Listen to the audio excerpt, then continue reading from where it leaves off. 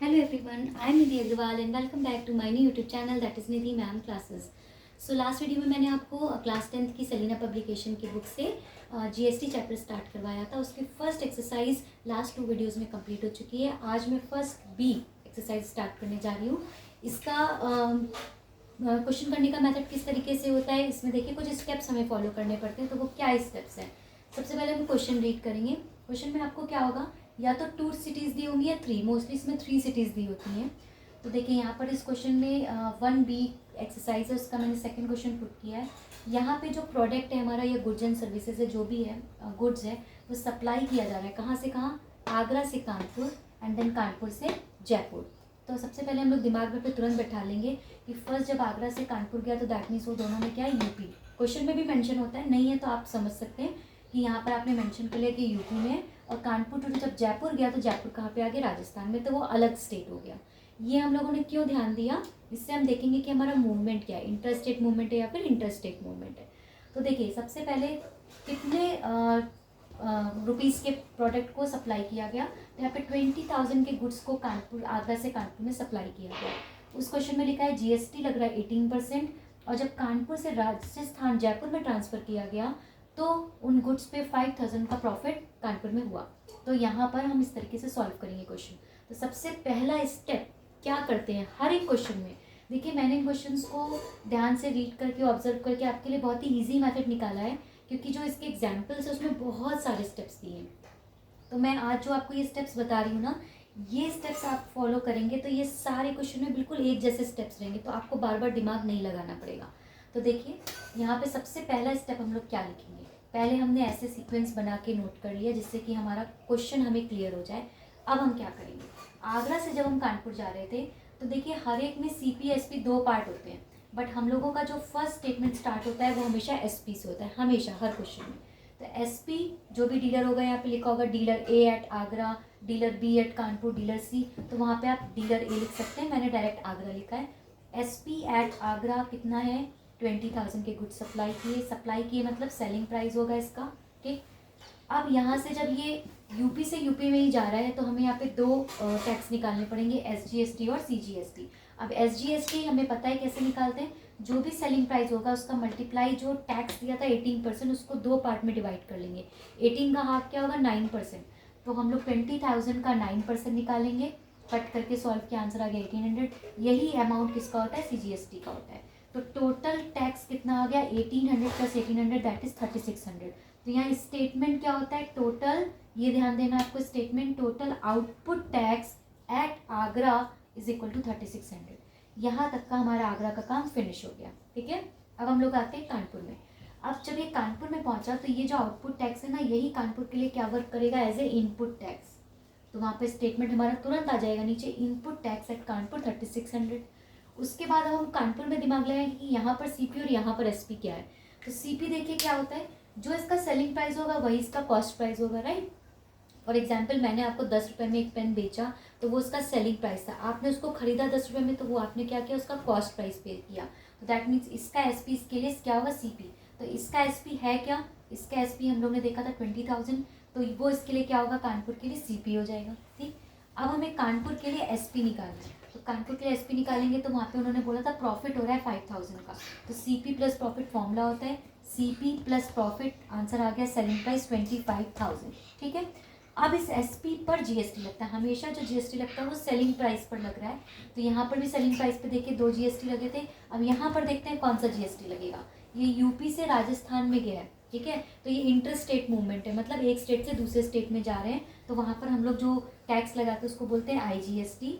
तो वो selling price note किया और उसमें आईजीएसटी में पूरा 18% का मल्टीप्लाई होगा, वहाँ पे 2 पार्ट में डिवाइड नहीं होता. तो 18% से मल्टीप्लाई करके सॉल्व किया तो कितना आ गया, 4500.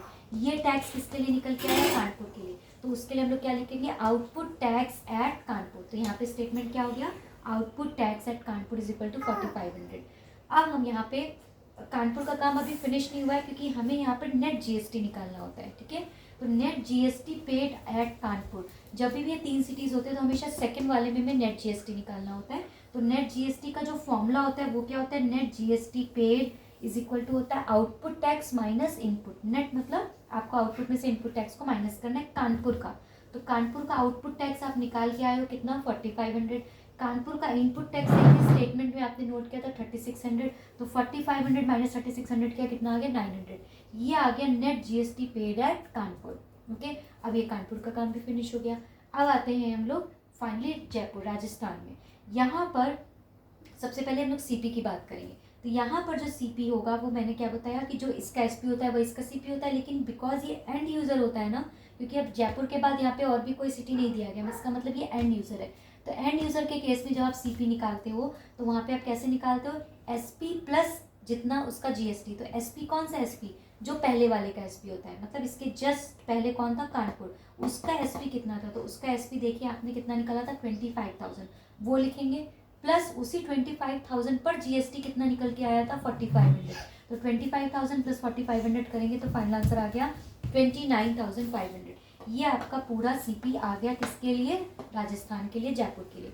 अब यहाँ पर अगर वो बोलता है कि एसपी निकालिए, मतलब आउटपुट टैक्स निकालिए, तो उसका आंसर हमेशा क्या होता है 0, क्योंकि वो आगे अब कैरी फॉरवर्ड नहीं हो रहा है, इसलिए वहाँ पर इसका आंसर क्या हो जाएगा 0। ठीक है, तो इस तरीके से जब भी 3 पार्ट में इस तरीके से क्वेश्चन होते हैं तो फिर से देखिए मैं आपको रिवाइज करवा रही हूँ, बहुत इजी है, एक बार समझ में आ जाएगा तो सारे क्वेश्चन बिल्कुल सेम मेथड से सॉल्व हो जाएंगे। मतलब पूरी एक्सरसाइज आपकी 1 to आई थिंक 10 सम्स तक ऐसे ही सॉल्व होगा। देखिए कैसे, सबसे पहले एसपी लिखा, वो क्वेश्चन में दिया होगा, तो फर्स्ट सिटी का एसपी लिख दिया। उस एसपी को जब हम लोग दूसरे सिटी में ट्रांसफर करें तो हम लोग देखेंगे कि वो सिटी कौन सी है, इंट्रास्टेट मूवमेंट है कि इंट्रास्टेट मूवमेंट है। अगर वो सेम स्टेट में है तो वहाँ पे 2 टैक्स निकल के आते हैं, तो जो भी टैक्स होता है उसको 2 पार्ट में डिवाइड कर देते हैं। तो 9% यहाँ निकाला तो 1800 आ गया, दोनों को ऐड किया और वहाँ पे स्टेटमेंट क्या लिखते हैं, total output tax at Agra. यही आउटपुट टैक्स का नेक्स्ट स्टेटमेंट हो जाता है, this is input tax at second city that is Kanpur. अब इस सिटी में हमें सीपी चाहिए और एसपी चाहिए, तो जो सीपी क्या होगा, जो पहले वाले का एसपी होगा, तो इसका एसपी क्या था 20,000, तो इसका क्या होगा सीपी। लेकिन इसका एसपी निकालने के लिए, इसी सिटी का एसपी निकालने के लिए वहाँ पे क्वेश्चन में हमेशा हर क्वेश्चन में दिया है कि सेकंड सिटी को जब वो थर्ड सिटी में अपना गुड सप्लाई करता है ना, तो उसको प्रॉफिट होता है, तो वो प्रॉफिट यहाँ पर हम लोग ऐड कर देंगे, तो वो आपका फाइनली क्या आ जाएगा, सेलिंग प्राइस आ जाएगा सेकंड सिटी के लिए। अब आप इस सेकंड सिटी को आप निकालोगे कि यहाँ पर टैक्स कितना लग रहा है। तो सेकंड सिटी से जब थर्ड सिटी में गया तो हमने देखा कि स्टेट चेंज हो रहा है, स्टेट चेंज हो रहा है मतलब में आईजीएसटी लगाना पड़ेगा, तो हमने वो सेलिंग प्राइस नोट किया और पूरा टैक्स का मल्टीप्लाई इसमें करके सॉल्व किया, तो ये आपका आ गया टैक्स की वैल्यू। तो वहाँ पर क्या लिखेंगे, output tax at Kanpur is this. अब यहाँ पर हमें नेट जीएसटी हमेशा सेकंड सिटी में निकालना होता है, तो नेट जीएसटी का फॉर्मूला होता है output tax minus input tax. Output tax ये रहा, इनपुट टैक्स ये रहा, दोनों को माइनस कर दिया, आंसर आ गया। ठीक, अब थर्ड सिटी में आते हैं, थर्ड सिटी में वो आपको हमेशा सीपी या एसपी निकालने बोलते हैं। तो पहले सीपी की बात करें तो सीपी क्या होगा, जो पहले वाले का एसपी होगा। पहले वाले का एसपी क्या है 25,000 और उसी 25,000 पे टैक्स कितना लग रहा था जो आपने निकाला था 4500, तो वो दोनों वैल्यू आप यहाँ पे प्लस कर दोगे तो आपको इस थर्ड सिटी के लिए क्या आ जाएगा, सीपी फॉर द डीलर इन जयपुर, ये फाइनल आंसर आ जाएगा। और अगर इसके बाद वो पूछता है कि आउटपुट टैक्स बताइए तो उसका आंसर हमेशा 0 होता है। तो ये स्टेप्स आपको होपफुली समझ में आए होंगे। मेरा नेक्स्ट वीडियो आप ज़रूर देखिएगा क्योंकि उसमें भी मैंने सेम स्टेप से मैं आपको नेक्स्ट क्वेश्चन सॉल्व करके दिखाऊंगी। तो इस तरीके से अगर आप मेरे नेक्स्ट ये वीडियो इसके बाद के 3-4 वीडियो देख लेंगे कंटिन्यूएशन में तो आपको ये सारे सम्स बहुत ही ईजी समझ में आ जाएंगे, एग्जाम में आएगा आपको फुल मार्क्स मिलेंगे। ओके, तो मेरे नेक्स्ट वीडियो को देखना मत भूलिएगा। Thank you so much, bye bye.